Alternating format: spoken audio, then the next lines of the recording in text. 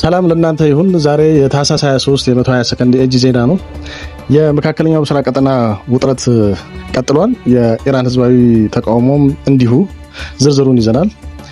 በመካከለኛው ምስራቅ ውጥረቱ ተጠናክሮ የቀጠለ ሲሆን የሶማሊላንድ እውቅና ጋር በተያያዘ የእስራኤሉ ፕሬዝዳንት እውቅናውን የሰጡበትን ምክንያት ሲያብራሩ የሶማሌው ፕሬዝዳንት ደግሞ የተቃውሟቸውን በየሚዲያው እያቀረቡ ለአፍሪካ ህብረት፣ ለተባበሩት መንግስታት እያቀረቡ ይገኛሉ።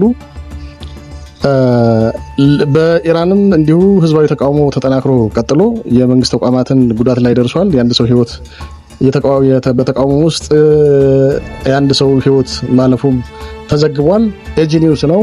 ለዛሬው የያዝናቸው ዋና ዋና ዜናዎች እነዚህ ናቸው። ሰብስክራይብ አድርጉ፣ ሼር አድርጉ።